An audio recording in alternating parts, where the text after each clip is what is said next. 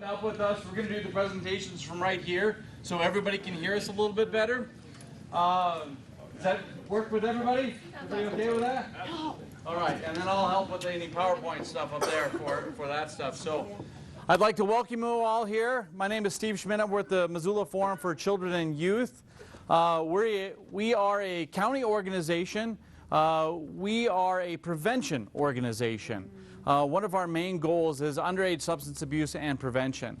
And we're trying to work really hard to help build healthy, resilient youth in our community. And it's people just like you that working together, we can really make a difference in our community.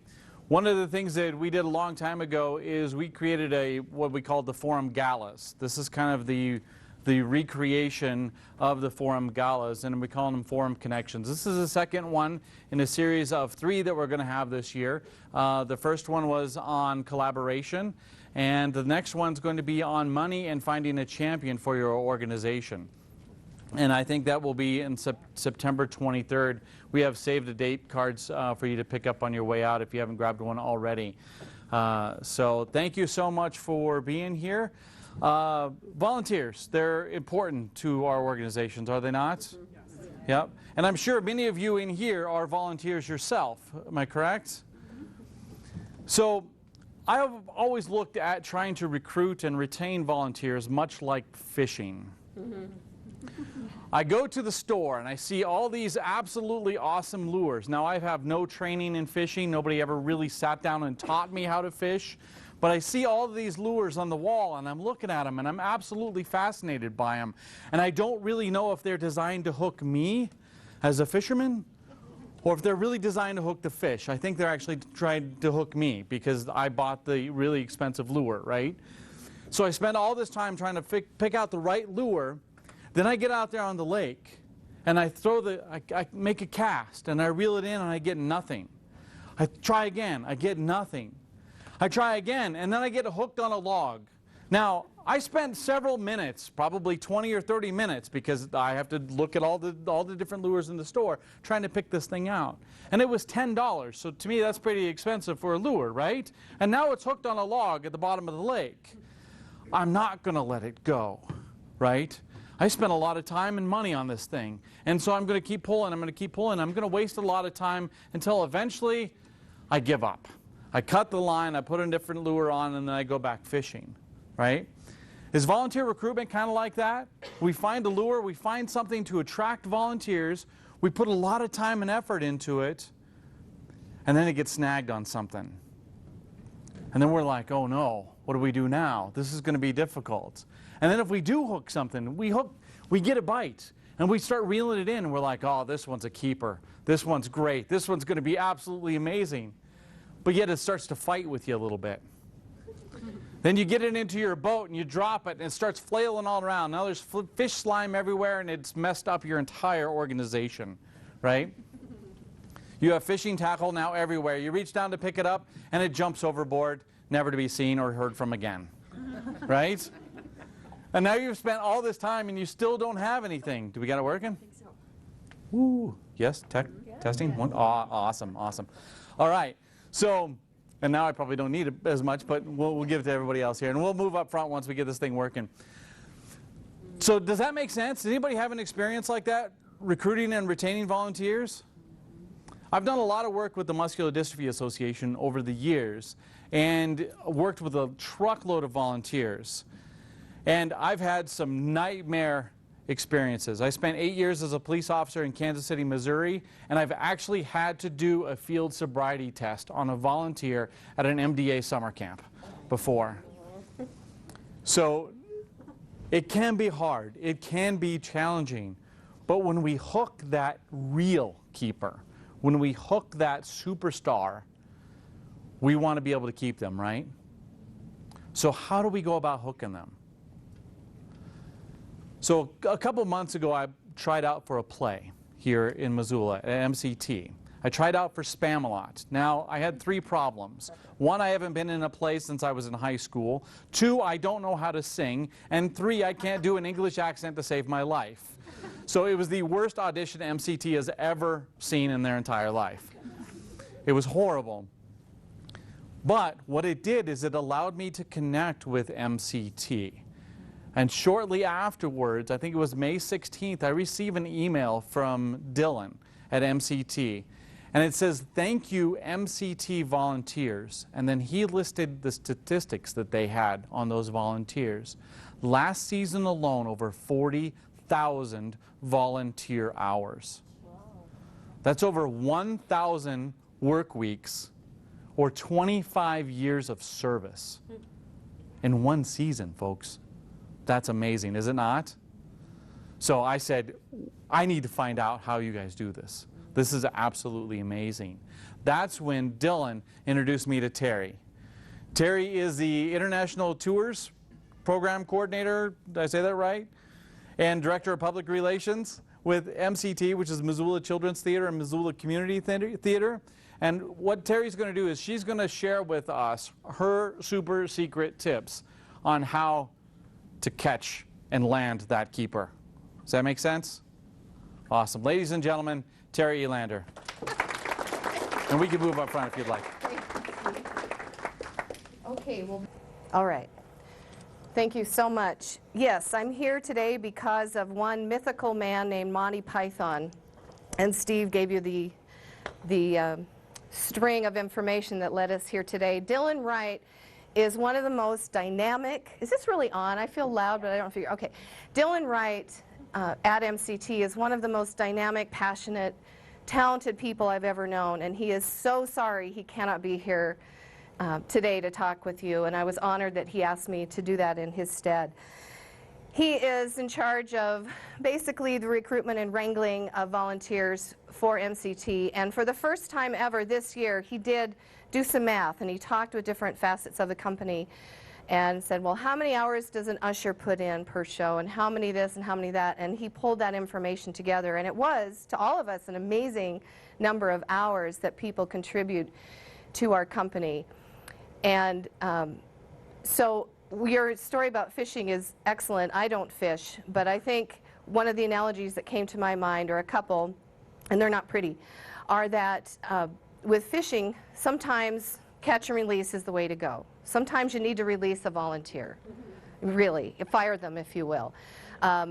It's rare probably, but you need to know when it's time to let them go on to another lure and something that's better fit for them. Sometimes we have a tendency in our nonprofit world to catch that fish and eat them up and just sort of take everything they have to give and leave nothing left. And we can't do that because then they can't come back once you eat them, but you know what I mean. You know, stewardship, it's about stewardship. And as Dylan, I said, what is one thing you'd want me to tell everyone since you're not going to be here? And he said, don't look for volunteers when you need them, right? Because what you need to do is meet them first and get to know them and steward them along so that when you do need them, they're already invested with your organization. They already care about what you do, what you sell, what you produce, whatever it is that you have.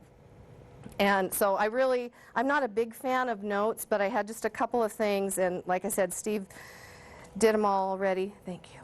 But no, really.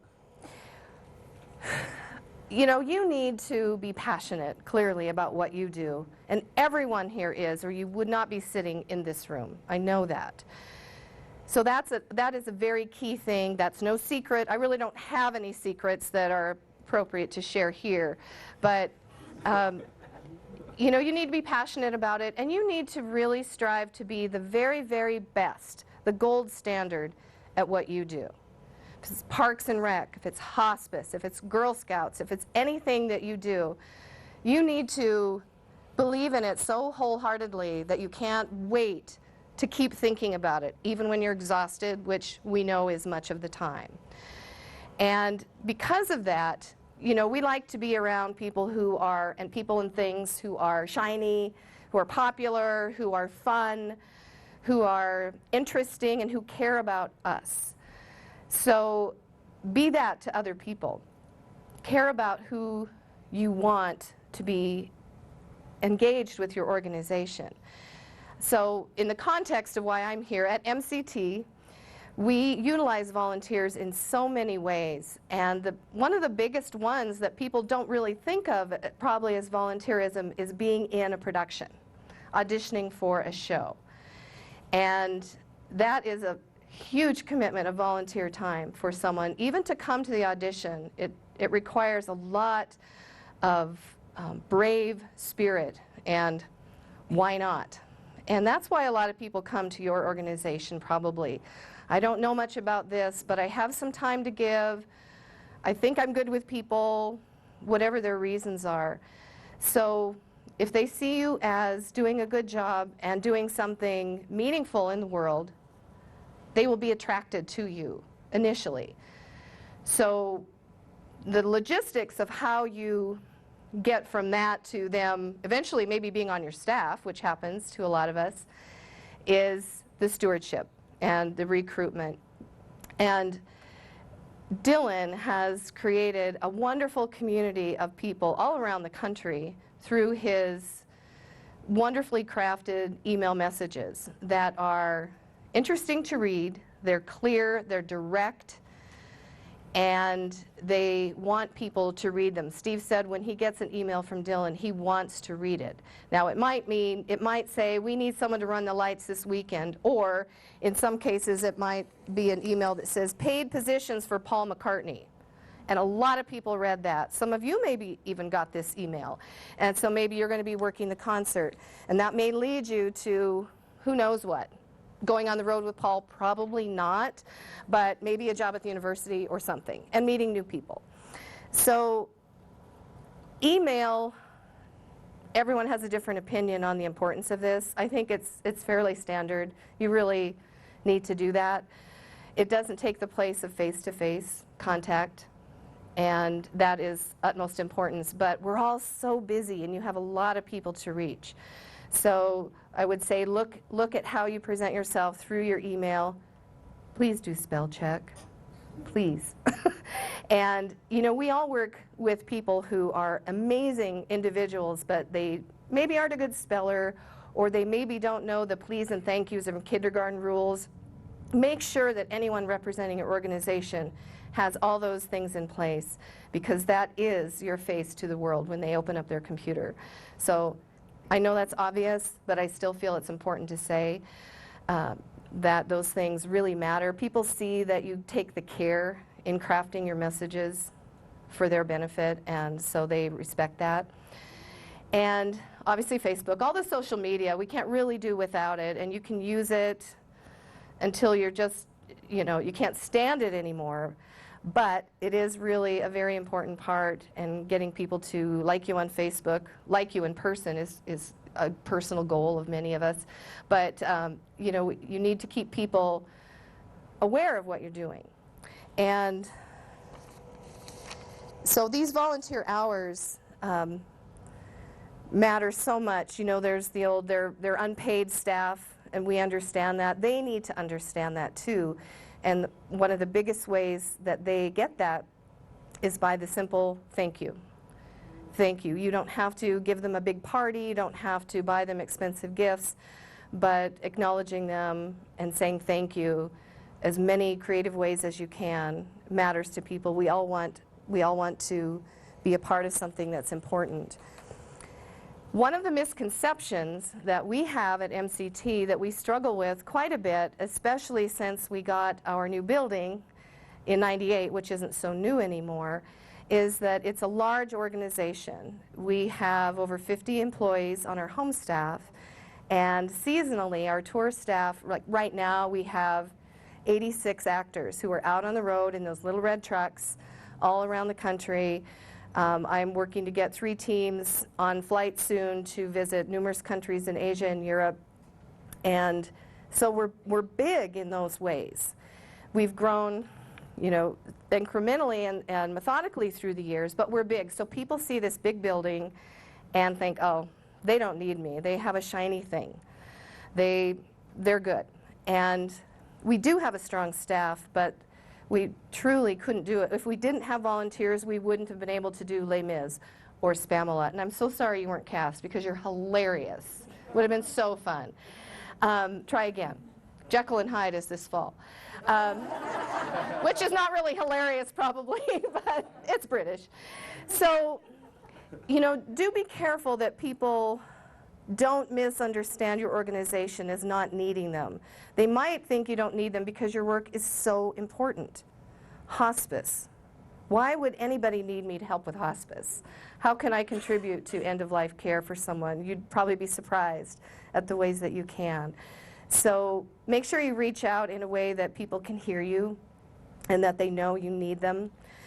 The other thing that we deal with is, you know, like Ryan, it must be really fun working for Parks and Rec. You just play all day, right? You're just on the tennis court, you're swimming. Yeah, and it's a lot of work to make fun.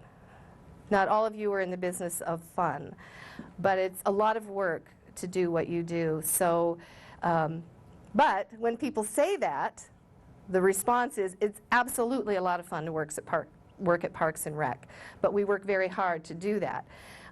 They also don't want to see you be disgruntled and stressed out, which you might be, but Ryan never shows it. So, because that work is very important for everyone's health and wellness and all of that.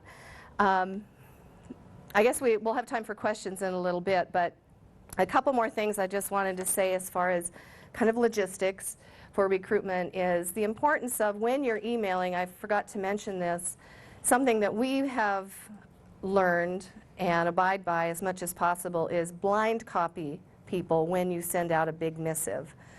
I think personally that, I know that matters to a number of people. They don't want to see everyone else's email because then they think they're going to come for me for something. And if they get too big in their attachments, then they go to spam or whatever. So I can't help you with that because I am definitely not an IT person. But it is wise to blind copy so that people's privacy is kept there. And subject lines. I'm the worst. I try and do these quippy subject lines like, and then there were 4. And then people on our staff like, 4 what? And they don't want to read it because it's just me being Irish again. But it might be something really important. So I have to remember, and I'm working on it, to be concise and clear and have a subject line that people can get. It's like your elevator speech in a few characters. So obviously I don't do Twitter because it'd be way too hard for me to be short-winded. When we have people who come aboard through different means, auditioning for a show, downloading the volunteer form from our website, just stopping in, they're a parent of someone who's in a show, all the different ways we get them. And when our volunteer, we have a form that asks, what area are you interested in? Lighting, costuming, painting, office work. So we can, you know, get a sense of who they are and what they want. And then when we contact them, we try and get to know them, we vet them. And oftentimes that's over the phone. And Dylan said he thought it was important enough to mention this, that when you are vetting some volunteers, before you start to work with them, this is your opportunity, this is your opportunity to let them know what you expect without offending anyone. For instance, hey, when you come here, we need you to, you know, I'm sure you know all this, but dress modestly. You're going to be working with children that day, or don't wear your 3-inch heels. Tennis shoes are great because you're going to be moving around. And obviously, you know, don't wear a lot of cologne or perfume, and make sure you wear deodorant. Of course you would, you know, and just kind of plant it that they need to come and they need to not be offensive, you know, and that's such a difficult thing to talk about once you have someone on board and they come and, you know, no one wants to be within 5 feet of that person, but they're a wonderful soul. They need to be thoughtful about others. So, you know, when you're interviewing people, that's before you get to know them is a chance for you to let them know your standards. And they'll respect that too, I think, because they want to please you, or they wouldn't have contacted you. They wouldn't have come in to your orbit at all if that wasn't the case. And let's see. Yeah, that's pretty much what I had.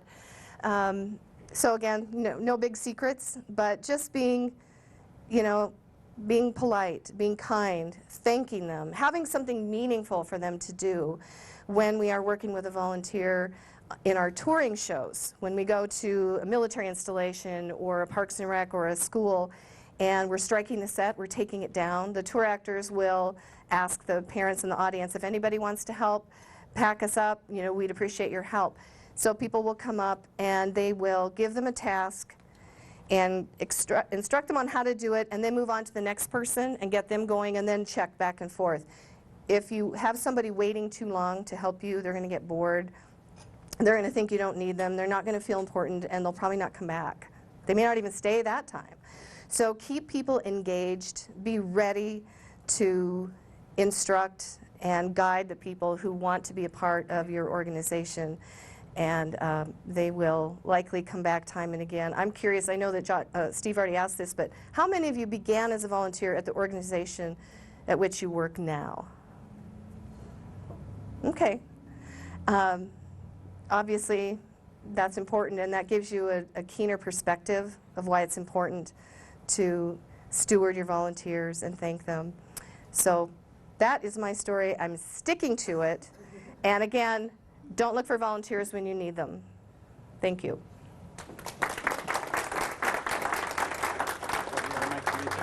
Ah, okay. Oh, and here's your jelly donut. Oh, nice, nice. If you saw the video that he did, it was wonderful, and I'm not going to throw it at you. It's the law enforcement in me that likes the jelly donuts. That's what it is. Thanks, Terry. I appreciate it. You know, actually, when I tried out for Spam-A-Lot, I actually, get this other mic on there, I actually put on my application that I was trying out for the pantomime and the rabbit puppet. Those were the two things. So I would have been on stage like a total of 16 seconds for the entire play. And I wouldn't have had to memorize a line. It would have been great. But definitely a lot of fun. So thank you for being here. I appreciate it. So now we're going to move on to our next speaker. He's a member of our advisory council, of the Missoula Forums Advisory Council. Now, one of the things when I asked our advisory council about this topic, about volunteer recruitment and retention, I noticed Josh's eyebrows kind of go up a little bit. And he was thinking, I could tell in the background, like, hey, I kind of know a little bit about this, and I think I might be willing to help you. And it kind of reminds me of, does anybody know Rear Admiral Grace Hopper? Does that name sound familiar to you? She's a computer scientist with the United States Navy. At one point, she was the oldest active duty person or officer in the military at one point. She passed away, I believe, in 1992. She was responsible for early computer languages. And the cell phones that you have in your pocket, I promise you, you would not have if it was not for Grace Hopper. I always want to say Hooper, Grace Hopper. And the reason why I mention Grace is because she had a couple of my favorite quotes, my favorite lines. One of them being, and I'm going to pull out my phone here just so I get it correct here. One of them, she says, is that humans are allergic to change. Would you agree? Change is difficult. Change is painful, right? We don't want to do it. We resist it at all costs. And then she follows that up with saying that the most dangerous phrase in language is, we've always done it that way. I cannot agree more. It drives me crazy. It used to drive me crazy as a police officer when I would have somebody standing, or I'd find a veteran officer or whatever, and he's like, you know what, I've been a police officer for 27 years. I know what I'm doing. And I truly believe that by the time that you feel you need to say that, maybe it's time to move on, because we will never, ever, ever know it all. And there's always an opportunity to learn more, no matter what field you're in and no matter how long you've been there. And to tie it in with this, Grace also said, you don't manage people. You manage things, and you lead people. Josh Jones, I think, is probably one of the greatest leaders that we have in our community. So I'm going to bring him up here to talk about volunteer retention. How do we keep those masters working with us and our organizations? My calendar's up here. Everybody gets to see what I do. Just going to get the present. There you go. All right, so you're free on the 18th. Okay. Yes. There you go, sir. Thank you. Oh, do I need the... Oh, yeah, you need this mic, too. Put it in there. Sir, don't move. You are considered armed and dangerous. Is this a pocket? No. No. Put it in there. Yeah. Never. I don't usually let men touch my pockets, but in this case, I'm okay. Thanks, Steve. That's a heck of an introduction. I'm really honored to be here. I work over at City Life with Youth for Christ, and also I do a lot of different organizational things with Ski Patrol. I've been in Missoula, went to high school here and college here, and I'm a part of Sentinel Kiwanis as well. This is a topic that I love. Missoula has some amazing volunteers, and I think one of the things that I would say about myself is that I'm no expert, that we venture together. And today, I do have some things that I just thought through as I do volunteer recruitment and retention and work with our volunteers, some things that we apply that maybe you guys that will help you as you work with your volunteers as well. Our programs, both organizations that I represent today, both City Life and the Ski Patrol, are run primarily by volunteers. Ski Patrol is 100% volunteer driven. In fact, people pay to volunteer. Sentinel Kiwanis, people pay to volunteer. And at City Life, about 90% of what we do is done by volunteers. So we are heavily dependent in all those areas on those volunteers. And I think one of the things that I love about volunteers is that there's some things about volunteers that you could never control. We have volunteers that come to our organization and they're there for a brief period of time and then they move. You know, whether they're a college student or they're graduating high school, however that plays out. We have volunteers that come to our organizations and they get involved with us for a couple of minutes. That's how it feels, right? And then they leave because it's just not interesting enough to them or it's not a good fit. And there's some things that we absolutely cannot control when it comes to volunteers. But I think there are elements of volunteers and retention that we can control. And that's kind of what I want to talk to a little bit today, is how we approach our volunteers after they've been with us. These are things that I've just noticed in my own volunteering in my life, and things that, you know, a simple Google search of volunteer retention will pull up hundreds of pages about volunteers. Anybody can do that. And we could talk for 45 minutes or an hour on one topic of volunteerism, right? So these are three things that I'm just going to give you three things today that I like to think through when I'm working with and dealing with my volunteers. The first is validation. The second is recognition. And the last is community. So starting with validation, we all have maybe rigorous processes that we go through to train and to implement our volunteers into what we're doing. Rigorous as in we work with teenagers. Right? So we have to do background checks. That's $30 a volunteer. So where are we going to come up with $30 for volunteers? We have rigorous training maybe. In order for our volunteers to actually engage in the programs that we're doing, we have to spend time training those volunteers. And I think one of the things that I like about this word validation is that as a volunteer myself, I want to know that the organization that I'm working with is not only professional in how they handle their organization, but also more importantly maybe, that they are valid, that what we're doing is actually working. That the time that I'm spending, the energy that I'm spending, and the effort that I'm putting into it is creating some sort of change. And every organization in this room, all of us nonprofits, we all desire the same things. We want to see healthy kids, we want to see healthy families, and we want to see healthy communities. And I think validity is really important when it comes to this kind of professional aspect. And I've got this image that I love. This image was shown to me a couple of weeks ago, and it's an image of three different types of ships. Okay, the first is a warship. Now, we could spend an hour just talking about, I could send this out to you and say, okay, tell me about these ships. Today we don't have that kind of time, so I'm just going to tell you my opinion about these ships. So, I'm sorry. But the first is a warship. Okay, the second is a cruise ship, which is down here at the bottom. And the last ship is a mercy ship. And I love this image for me. This really drives me on a daily basis. When I sit at my desk and I look at my whiteboard and I have certain things that I write on my whiteboard, this is one of the images that I think through. Because I want to know what kind of organization I am. Like, what are we doing as an organization? What kind of image are we leaving with people? The first, the worship, is an image of we are really tight. To get into this is nearly impossible. It's a community where if you're not an expert, you're out. If you don't have some sort of specific training and protocol and job, you may not be allowed on board. And not everybody, in fact, very few people are actually allowed on board of a worship when it's functioning at its full capacity. So that's the worship. The second is the cruise ship. The cruise ship is the old 20-80 rule, right? 20% of the people doing 80% of the work. And I think within our organizations, we struggle with this. We even have our own staff where they don't carry their load. They don't carry the weight.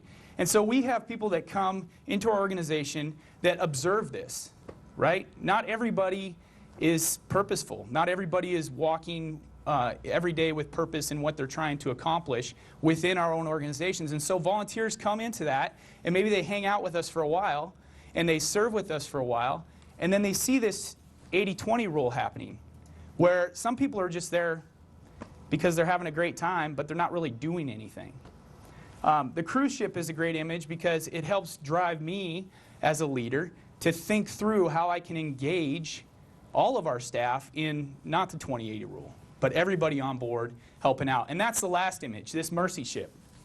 I love the mercy ship picture because the mercy ship is really, all these ships have a lot in common, right? They all have a captain, they all have crew members, they all have an engine room. All those things are common. They all have maybe a galley where they feed. But the mercy ship, every single person on that boat, whether they're cleaning rags or they're operating on somebody's heart, has a specific role that is vital to the operation of that ship. And every person on that ship is validated in what they're doing on a regular basis. The interesting thing about these three ships is that you all have to volunteer to get on these ships, right? You volunteer to get into the military, you spend money to get on a cruise ship, okay? And the mercy ship is a volunteer thing as well. But I think what's interesting is that when you pull this, people that are most fulfilled are people that have that kind of purpose and they have that kind of goal that you see on a mercy ship. The mercy ship picture to me is one of every person is again validated and intentional in what they're doing within our organizations. And so as I sit and think about how I'm retaining and what I'm doing with our volunteers, one of the things that comes with this idea of validation is I want to make sure that my volunteers understand and know that we need them, that they're important, that there's a purpose to what they're doing and there's an intention to that. The second, of course, is recognition, and we talked about that a little bit. Terry had mentioned that, thank yous and that sort of thing. I think recognition is one of those things that's really tough when it comes to volunteers. Because as a volunteer myself, I'm not looking for recognition. It's not like I volunteer for recognition. But at the same time, I think recognition is one of those things that can be the smallest little thing, smallest little detail, or a big, hoopla. So I've been patrolling for about 17 years, and since I was in high school. And I remember when I first started patrolling at Snowbowl, it was a lot of money for me as a 17-year-old to come into this organization, to try to learn outdoor emergency care, to work with people that were a lot of times twice or maybe even 3 times my age. It was challenging. And there were times where I'd come into a room like this where it was all patrollers, and I would feel really small and not a part of what was going on, really. I was there, and I loved it, and I was passionate about it. I was passionate about patrolling. But I wasn't connected because some people didn't even say hello to me. There just wasn't that connectivity that I wanted. Now, those things changed as I grew and I matured and people got to know me a little bit. But the other thing I think that switched was within our own patrol itself was this idea of just recognizing people, getting to know people, but recognizing them, saying hello, understanding that we're all here to serve the same purpose, and taking the time with people that they deserve. One of the things that I love about recognition is putting the phone away. I think about that a lot, right? We all have our cell phones. And I think we get into a conversation. I don't know how many of you do this. I'm guilty of this every single day. But I'll be talking to somebody, and my phone will buzz, and I'll be talking to them, and then I'll be talking, and then I'll look down at my phone, right? And I lose eye contact. I lose that connectivity. I lose the recognition that you're the important person in my life in this moment. That's important, like to recognize people as being important in that moment. Because what it does is it gives them the validity that, hey, I matter, right? I've been recognized. I've been made eye contact with. Somebody has asked me, how are you doing, and stopped to listen to the response. And I know that's a very simple thing, but man, I can't tell you how many volunteers have actually left our organization, even at City Life and YFC, because they have not been connected with in that way. They have not been recognized in that way. I think recognition also goes, obviously, to other things, right?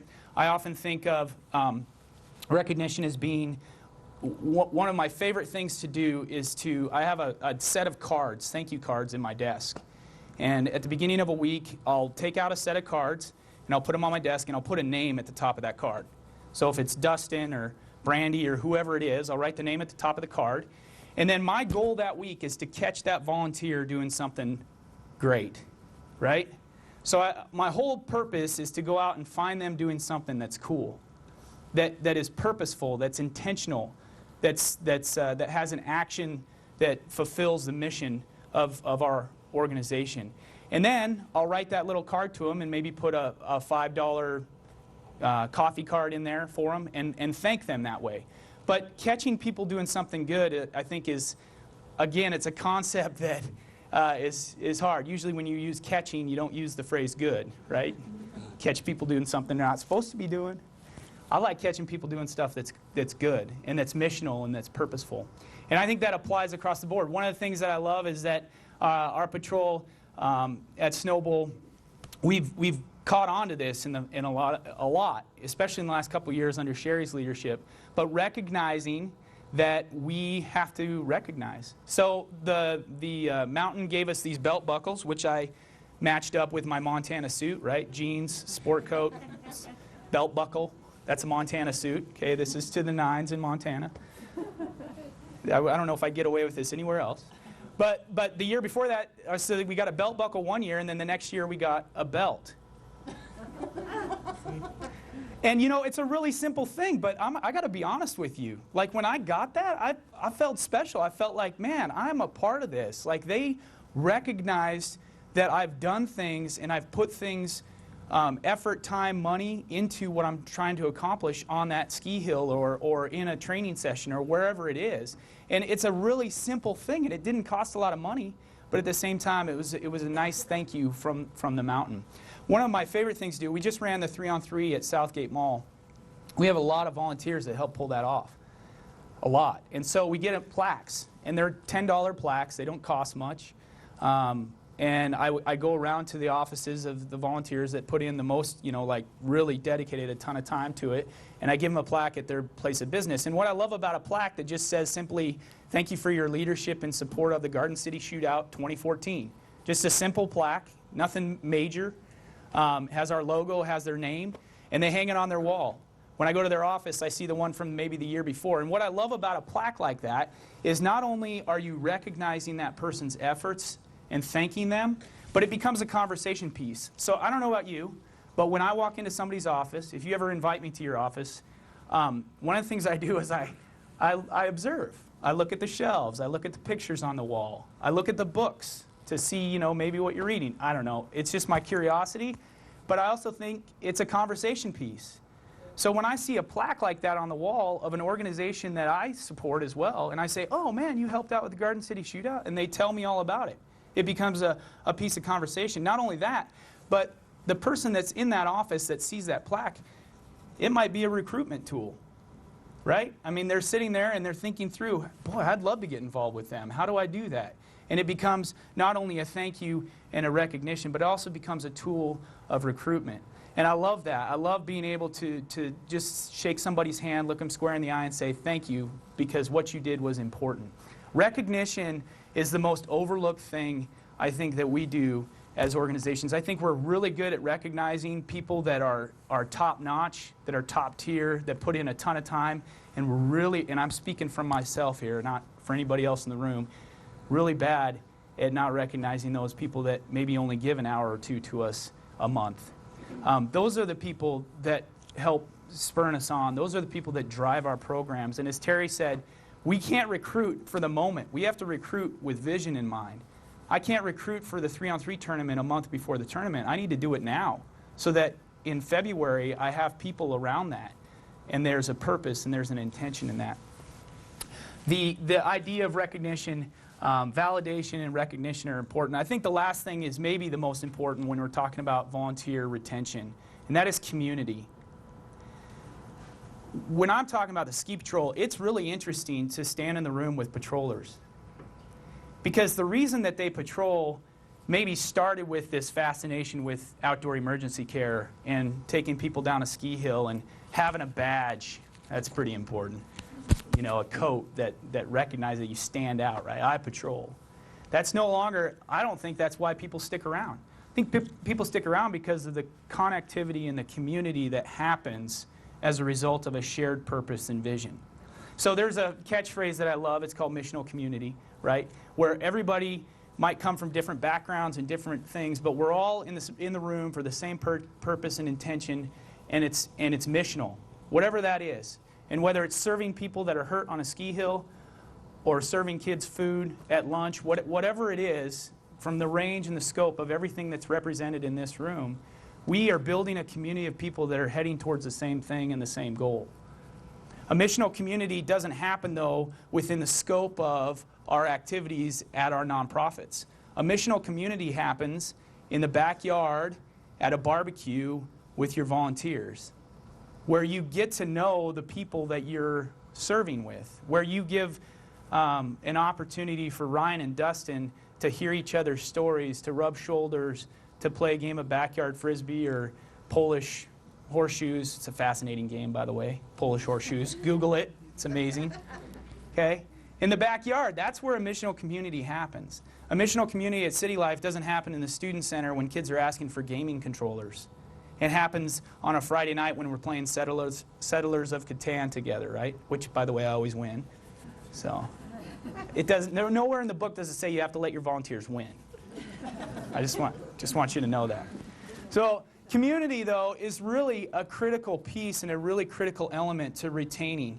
Again, I think it goes back to this idea of recognizing an eye-to-eye and face-to-face, where you build and you invest in a relationship. Because that is really what it's about. So often we're about task. We need a volunteer to do this. I need a volunteer to input data for the paintball arena. Last year we had 850 kids come play paintball. Individual students. Every single one of those kids has to go into a computer. Do I want to do that? No. In short, no.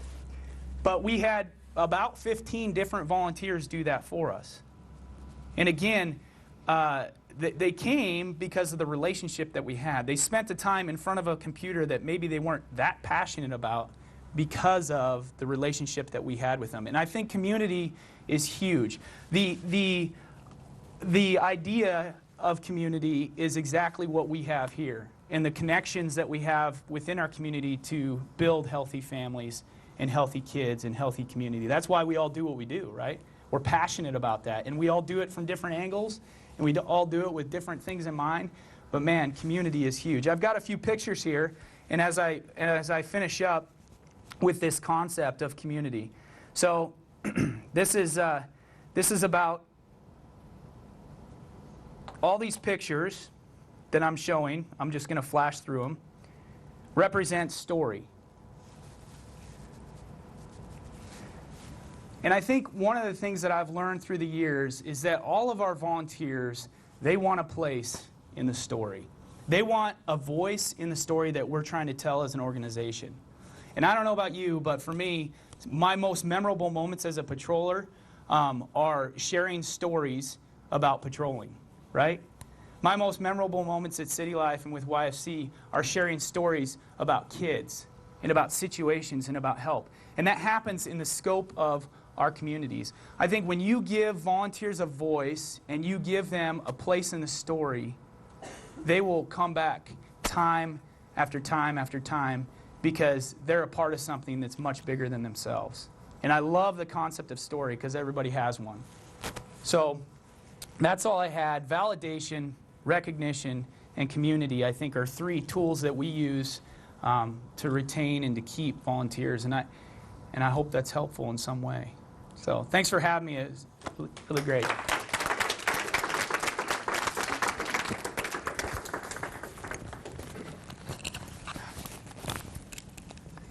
Thank you, Josh. I appreciate it.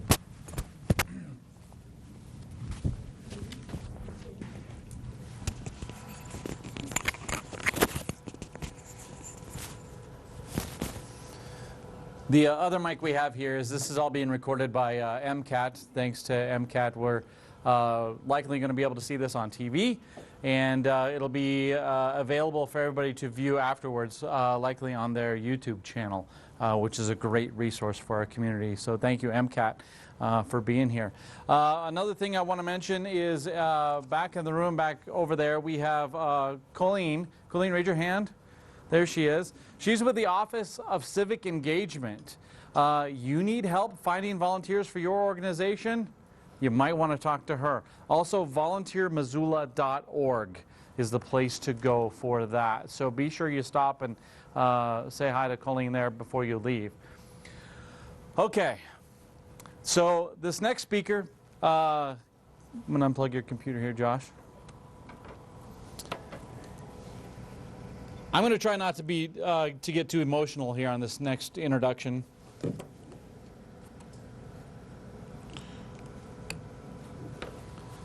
Hopefully this will come up. And the reason why is that back when I started volunteering for the Muscular Dystrophy Association, I was 15 years old. I got involved volunteering with Muscular Dystrophy Association doing 24-hour super dances. That was my big thing. Why? Because I was 15 years old and there were a lot of girls there. So then I said, hey, you know what? I've raised a lot of money so far. I would talk to our district director, by the guy by the name of Marty Wilcox, who is over in Great Falls. And I said, hey, Marty, I said, I'd like to be able to go to MDA summer camp. I know you're supposed to be 16, but I would love to go to MDA camp. That would be great. And I got to MDA camp, and I saw the kids, and my life changed at that moment. Gary was there. Gary was a counselor way back in 1988, I think, is when it was, or 89 was my first year, I believe, as a camp volunteer. We were co-counselors together with a bunch of kids, a bunch of other people. It was absolutely awesome. And to show you how much this has changed my life, I've attended 27 different MDA summer camps over the years. In 2006, when I moved back to Montana, I was driving the bus from Missoula to Havre, where they had the MDA summer camp. And I pulled into the Arby's parking lot into this bus that we were borrowing from Opportunity Resources. And was picking up a group of kids that I have not yet met. And in rolls Jessica, or actually I should say walks Jessica with her mom Leanne, who's over here.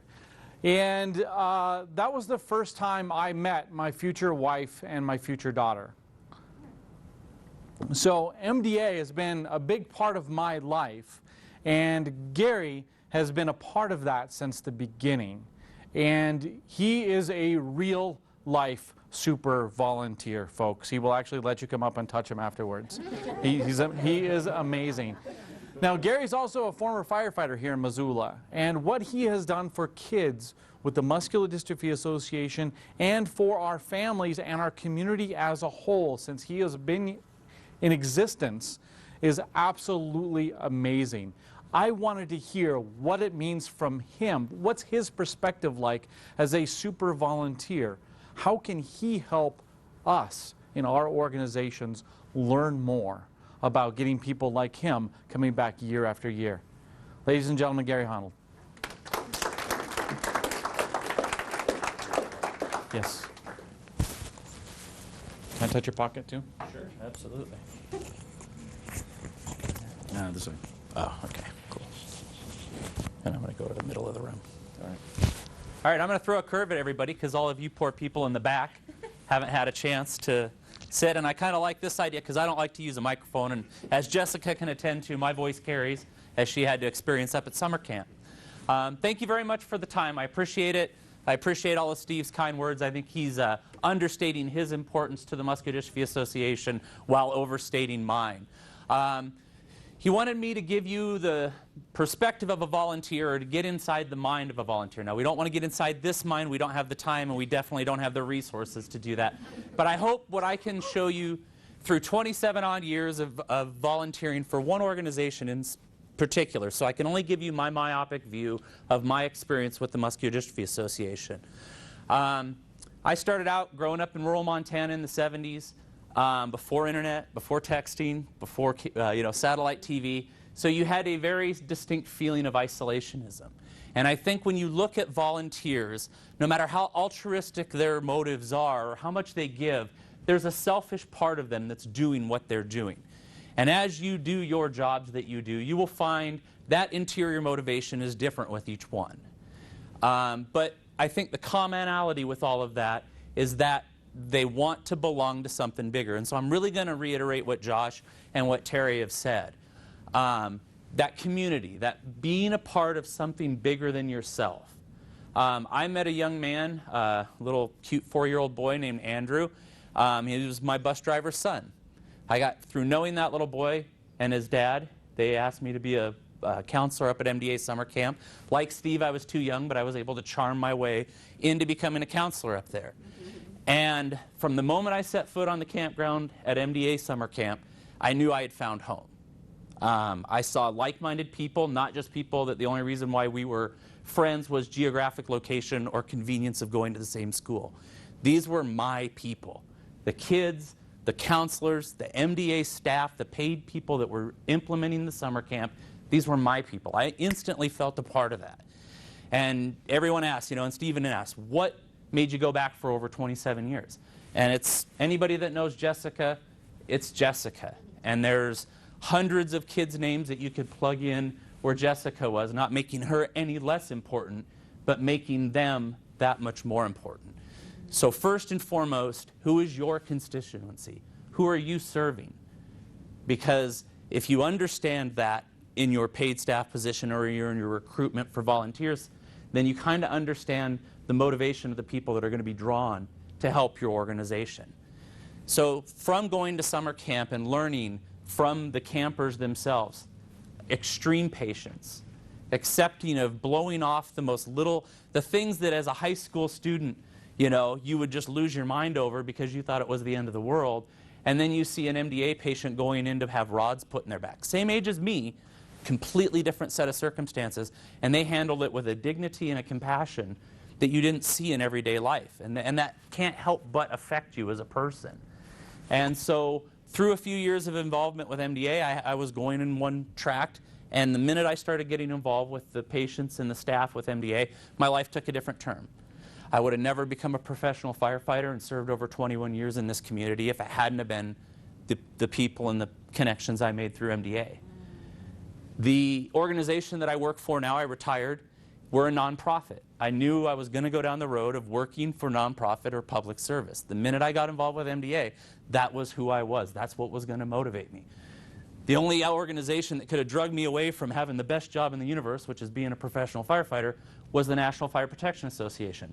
Nonprofit, and the one thing is, I've never met an organization where everybody, whether you worked in the warehouse or in the high levels of VP, were all mission goal oriented. And I want to say that to Josh. If you don't understand your mission statement in your organization, then you're probably not the person that should be recruiting volunteers. And I'm not talking about your mission statement as in a bunch of words that the CEO and the board came up with. I'm talking about the mission statement of what are we really doing here? Okay? Because like Josh said with the community, if I'm going to invest my time uncompensated for anything more than the own personal spiritual growth and development as a person, if that's what I'm getting out of it, then I need to know what the organization is doing is worth that type of investment. And I don't mean to bring the room down, but when you bury as many kids as Steve and I have gone to funerals and said goodbye to because of their lives being cut short with muscular dystrophy, it takes a tremendous emotional toll on you. And if you don't feel that the organization is working to better the lives of the people that you've lost over that time, then you're not going to stick around. So it's easy when you have an emotionally charged or a wonderful organization that you see the immediate impact. Because, like I said, if you don't understand the mission statement, you're probably not going to understand the true goal of what you're doing in your position paid. So it's hard to reflect that to a volunteer.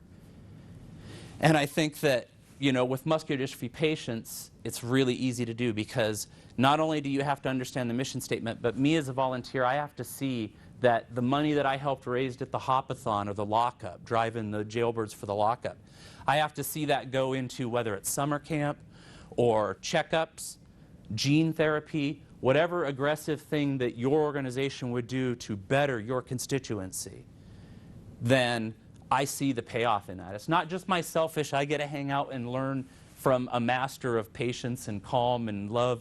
You know, that's all well and good. But it's what is your organization doing above and beyond the people of that?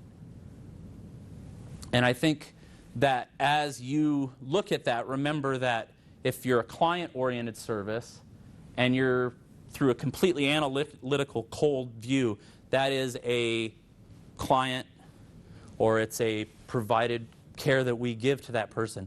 To the volunteer, that's a first-name basis to us. That's a person. So it's not just your client. It's I got to know this person. You know, I'm hanging out with what's your client as a volunteer. I'm not just doing that on the clock for you as donated man hours towards your goal, but I'm also going to their high school graduation or 8th grade promotion. I'm going to their school when they receive an honor for that, because it's not, that's off the clock donation stuff. That's because you're emotionally invested in that person and you love them, you care about them. And I'm not saying that every volunteer is like that. That was my perspective. Mine is very personal, and it is what it is. But there's people that you're going to try and recruit that may be motivated by something completely different. Maybe it's that they want a plaque on the wall. Not that I'm diminishing the importance of that, but they want to show that they're philanthropists, that they want to do something good in the community. That's great. It's your job out there to identify that motivation and what makes that volunteer tick and know how much rein to give them to let them have the freedom to do that. And when sometimes you got to rein them in, because believe me, MDA's had to rein Steve and I in a couple times, you know. And so I just want you to understand from a volunteer perspective that what Terry and Josh said is very true from the organization side. But what we need as volunteers to see, where's the human impact of that? Whatever service you provide, and like I said, I can only give you my myopic view of what MDA's done. But I saw that. I saw it when I was doing Fill the Boot and standing on the Higgins Avenue Bridge for 10 hours. You know, I saw MDA patients getting new wheelchairs, leg braces, flu shots. I saw kids that when they were diagnosed, when I first started in 1984 with the Muscular Dystrophy Association, the average lifespan for a Duchenne's patient was 18, maybe 21 on the outside. Now those same patients, because of the money that I've helped raise, personally taking ownership of, that now these kids are living into their mid-30s. Okay? They're having lives, they're going on to college, they're getting degrees. They never thought they'd even get a high school diploma. And now these individuals are doing that. So when you see an organization do that and be able to provide for people you become emotionally bonded to as a volunteer, then you say, yeah, I can stick around for 27 years. I'm not going to do this in summer until I get my college degree and move on. I would not have become a firefighter if I hadn't seen the firefighters giving, not just spraying water and going on calls and driving the big red trucks, but when I saw firefighters sitting up all night with a terminally ill muscular dystrophy patient patting their back to break up the mucus so they could spend another day at summer camp. Or when you see the firefighters helping wash a bunch of older teenage kids and giving them a dignity and a compassion. You don't see that. Firefighters don't like to show that part, you know. That's an emotional vulnerability that we're not going to let you see unless you're part of that family. Okay, but I would have never become a firefighter. I would have never gone to work for another nonprofit. I wouldn't have what I have in my life if it wasn't for volunteering. And there are people in your organizations, I can guarantee you, that are volunteering right now who have found their purpose because of your organization. Root them out, encourage them. As much as your budget and your standard operating guidelines allow them, let them do that. Because like I said, it sounds cold and analytical. Some people in your positions may look at it as, this is a case number, this is a patient, this is a family provided. You look at it like that. To me, it's the Johnsons, it's the Beers, it's the Austins, okay? That's who they are to me. And your position has to be a little bit detached at times, I understand that, okay? And that's why mentoring with volunteers is so critical. Because when you have a Steve who's gone to over 27 summer camps, as a young recruit just starting out my volunteer life, I'm going to take what he does with a little more street cred than maybe the paid person who is compassionate and in their job for the right reason, but they're still the brass, they're still the camp director, they're still the paid person, they're the hired gun, they're the payroll, okay? But what Steve does is out of pure compassion and what he wants to give. And as a volunteer trying to find my way, that's going to hit home with me a lot more than whatever policies or guidelines. And I can tell you, with muscular dystrophy, it's been tough. Because in the positions, and we're going to step out of recruiting and retaining volunteers, but paid people. How many great, motivated, wonderful paid people do you get on an intern? Or do you get coming out of college and they're wonderful, but then they move on from your organization to something else, another nonprofit? MDA experiences that. So as a volunteer, it's really hard to see turnover at the office in Billings. Turnover, turnover, turnover, turnover. It's not MDA's fault. It's not bad policy. It's the person that's drawn to do those jobs, to go to work for a nonprofit. They give, they burn out, the emotional toll's too much, and they're gone. Well, as a volunteer, if I've been coming for 10, 12 years, and I'm seeing every 6 months somebody in the paid positions leaving, where's that connection besides the patient family?